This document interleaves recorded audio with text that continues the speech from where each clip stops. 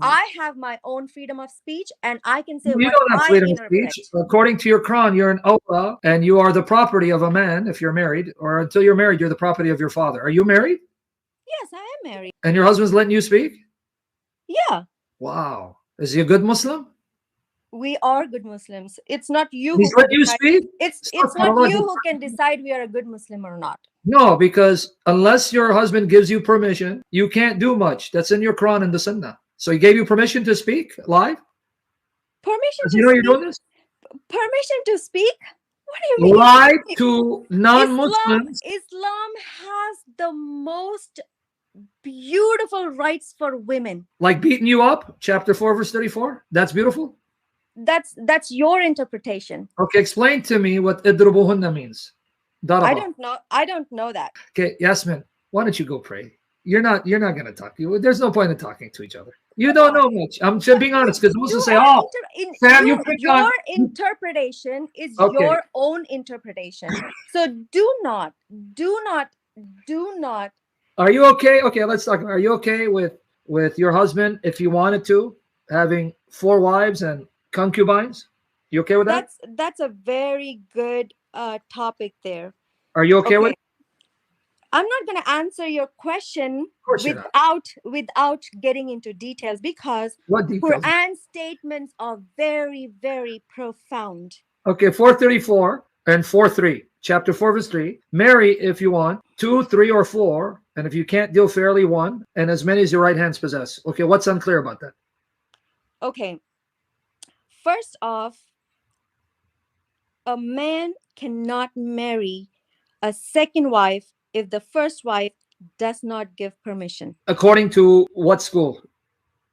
According to my understanding. Okay, but I'm saying, did your prophet get permission of the 9 wives to marry one another? Absolutely. So you mean if I show you Aisha complaining that if she had a choice, she would keep Muhammad to herself? What was Aisha saying? I don't know. So why are we talking, man? You don't know. Every time I want to quote something, you're going to say you don't know. Why don't you go sleep or do... By the way, when you do Fajr, do you flush water in and out of your nose 3 times? Yeah. Like when you do wudu for Fajr prayer, morning prayer. Yeah. 3 times, right? You and your husband? Yeah. Okay, so... Everyone who does the wudu should let's do keep that. it with you and your husband. So when you're about to do Fajr, morning prayer, you have to do wudu and you put water in and out of your nose 3 times, you and your husband. Do you know why you and your husband do that? To clean out our nose. No, because Muhammad said to flush Satan out of your nose because he sleeps in your nose. That's one. Okay, that's even more deeper. That's more deeper. Do you believe that? I gave you a very basic thing. Yeah, but do you believe that? You believe Satan? I gave you a very basic explanation. But there are not just this or just for cleansing. There are so many benefits. That's not my question. Do you believe? So many benefits in cleaning your nose and no, the benefit is to flush Satan out of your nose. Here it is. Narrated Aisha.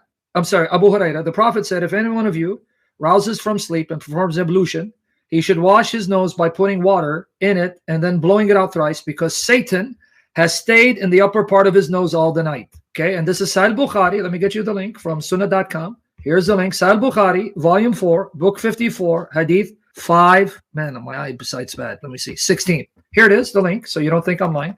So Muhammad said that's why you do it, because you got to flush Satan out of your nose. So is Satan in your husband's nose? Okay, what's the point? How many noses does Satan live in? Because if you're flushing him out of your nose and your husband's flushing out of his nose, that means he's in your nose and his nose at the same time. How is that possible?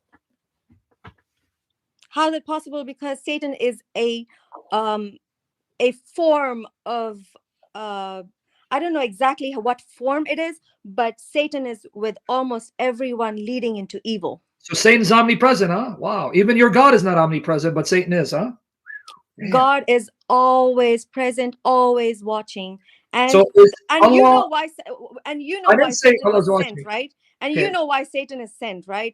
And you know why Satan is there, right? Point? I didn't say Allah is watching. I know you believe he's watching. I didn't say that. Satan, unlike Allah, is with you and your husband and all the Muslim noses at the same time. So he's here in your noses, all of you.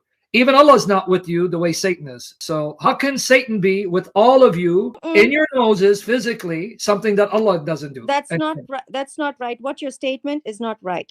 Because Allah is with you whenever You are So is right. Allah physically with you, like Satan's physically in your nose? Physically, seriously, Yeah, Allah because is you're so flushing. small that He Is can get water into my is nose. water physical? No, Hold on. Is Allah water physical? is Allah so small that He can get into my nose? But wait, Satan is so big he can fit in all of your noses at the same time. Satan's form is different. Do you know what's the form of Satan? I don't want to find out, but you should because he's in your nose I right don't now. know. You I don't don't flush know him out. either because that's ilm al But he's in ghaib. your nose right Do now. you Did know you what is flush him out? ilm al ghaib? Ilm al-ghaib means knowledge of the unseen. I just Okay, told you. good. Okay, good. I know it is, but before you go on, Satan's in your nose right now. Do you know that, right? I don't know. Yeah, your prophet just said that when you perform Fajr, you have to flush water in and out of your nose because Satan stays there overnight. It's now overnight. It's night where you're at, right? Say okay. So So he's in your you nose. Did you flush him okay? out? Okay, No, did Satan. you flush him out? Because maybe that's why you're having a hard time understanding me.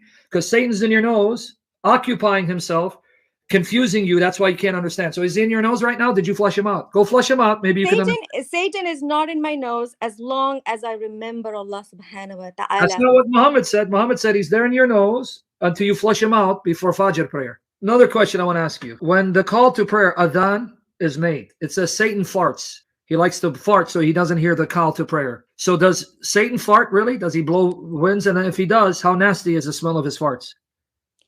What? I haven't heard this. Say that again. Oh, hold on. Let me give it to you.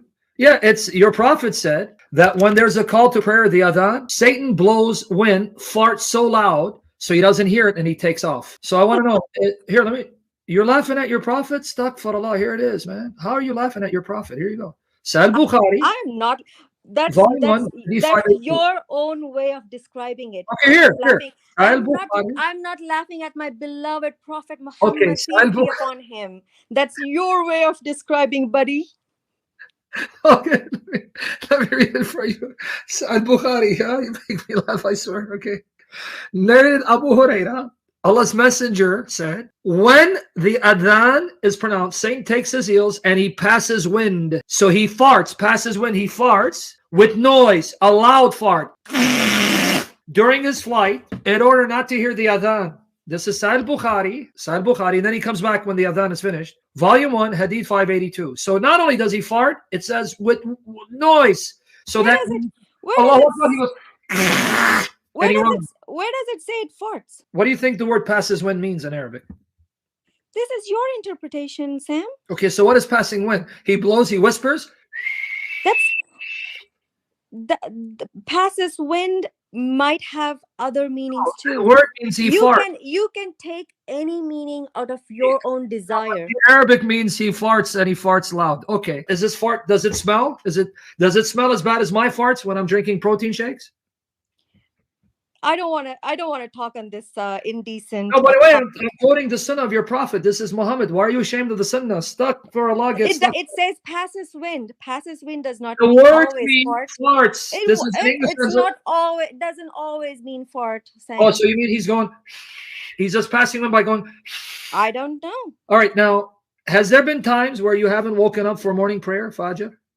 Very few times. Very few times, right? Do you know why you didn't wake up for Fajr? Shaitan. Shaitan, why? You know, how did Shaitan because I listen to Shaitan. No, because he pissed in your ears. No. Yeah, because here. I listened to Shaitan. Shaitan said, here. Oh, you know what? You're so tired. Don't wake up. It's okay if you No, don't. it's because he pissed in your ears. He whispers he whispers in my ears. This is That's the what sunnah of you your interpret prophet. as pisses in your ears. Yes, man.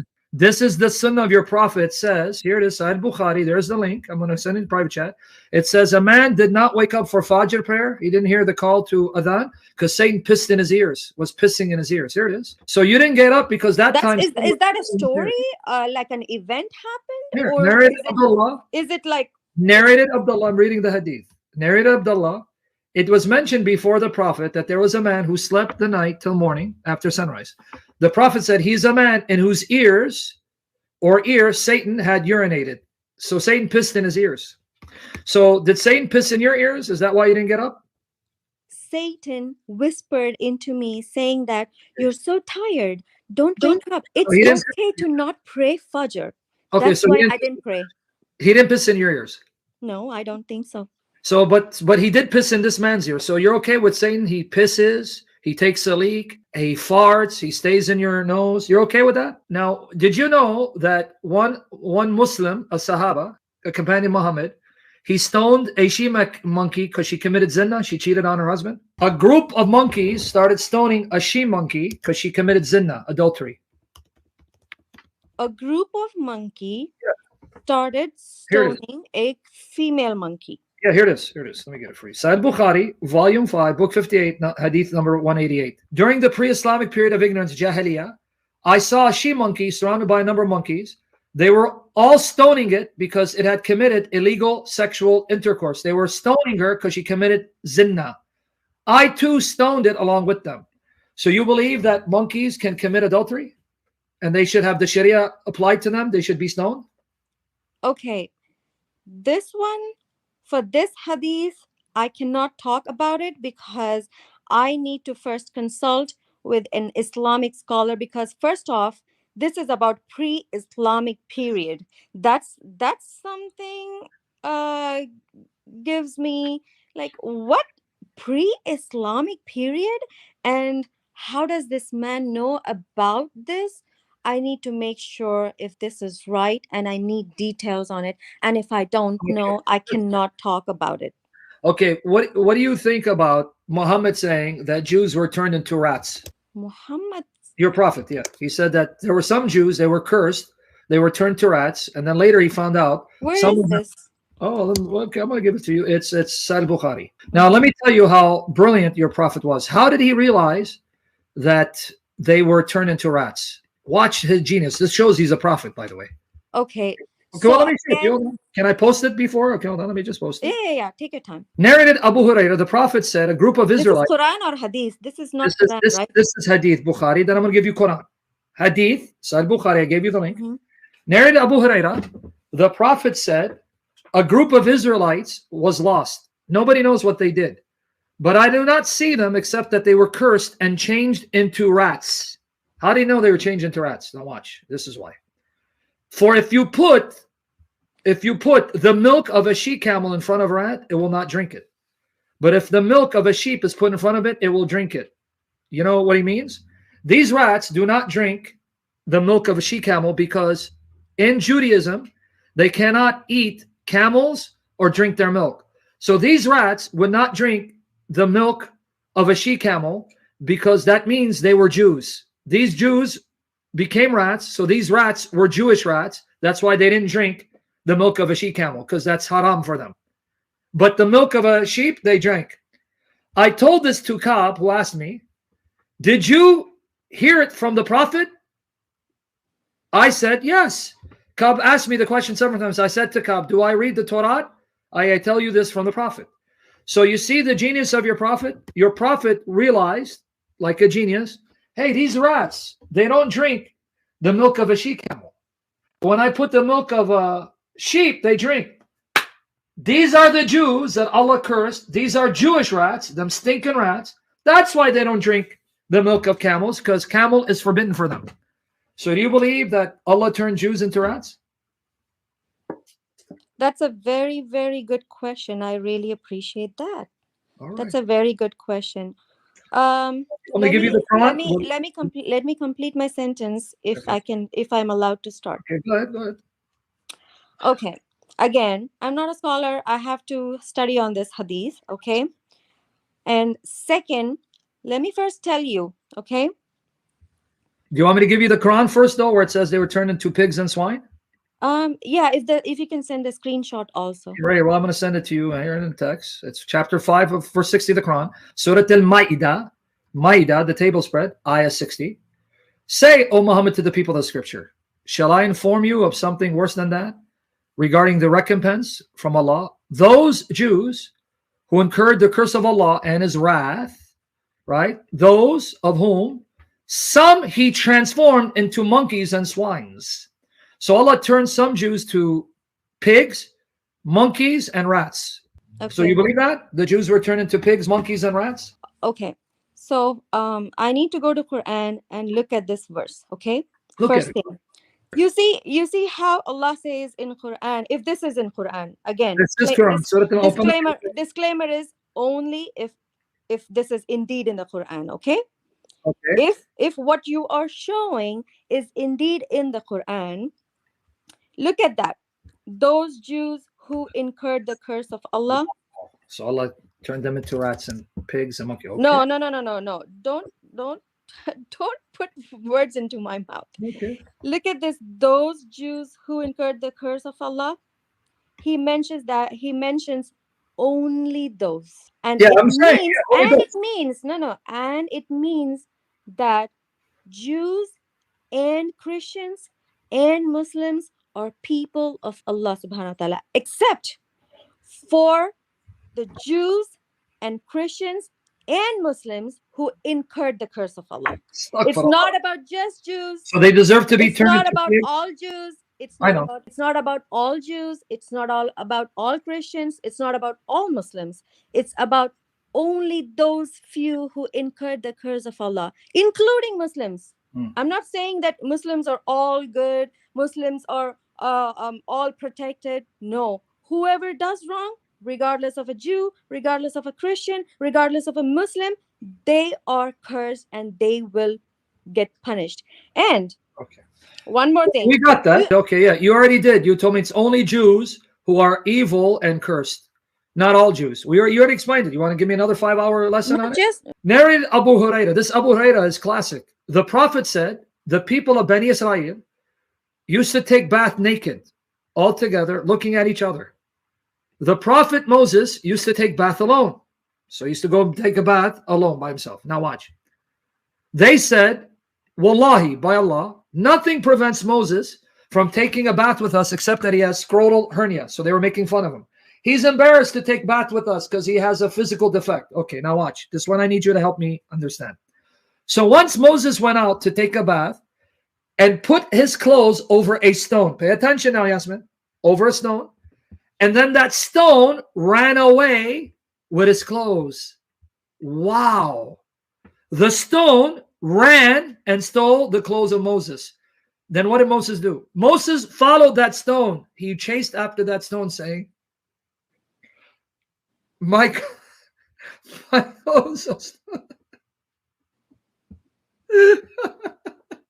Hold on, I'm sorry. My clothes are stone. My clothes are stone. Wait, let me finish it. The people of Bani Israel saw him and said, Wallahi, Moses has no defect in his body. Moses took his clothes, and began to beat the stone. Ya kafir, ya munafiq. Abu Huraira added, by Allah, there are still 6 or 7 marks present on the stone from that excessive beating. Okay, so my question to you, this is from Bukhari, Volume 1, Book 5, Hadith 277. Are you telling me a stone ran away stealing Moses's clothes, and you believe that? Can I talk? I mean, because I have 2 more questions, but I want to know, you believe that? Yeah. Okay. Do you want my response now? Before you do, let me ask you a second one, then I'll let you respond. Second question. So you believe Allah caused the stone to run away with the clothes so that Moses could run naked, fully naked, in front of the entire Bani Israel, women and children, married women, looking at Moses' naked body, seeing his genitals as he's running to show that Moses' body is perfect. Do you believe that too? Did I first say yes for the first statement? But you got to. This is Sunnah. This is. I asked you a simple question. Do you want my response now? I just asked you. I didn't say yes. So you're rejecting Bukhari, the son of your prophet. Astaghfirullah, a'udhu billahi. I am not rejecting Bukhari. I just don't know where this fake Bukhari that you got. Okay, I gave you the link here. You can show it to your scholar. I will confirm with my scholars. Okay, give it here. Here it is. Save the link though. I just sent a private chat. Yes, I'm going to save. Assuming he says yes, it's authentic. Let's just assume it's authentic. Just let's say. So you would then assume, assumption is not as equal as truth. I cannot assume. All right then. Well, now here's what you're going to do. You take those links, save them, go talk to your scholar, contact me on Skype if you want to go and talk about Quran and Bible corruption. Okay?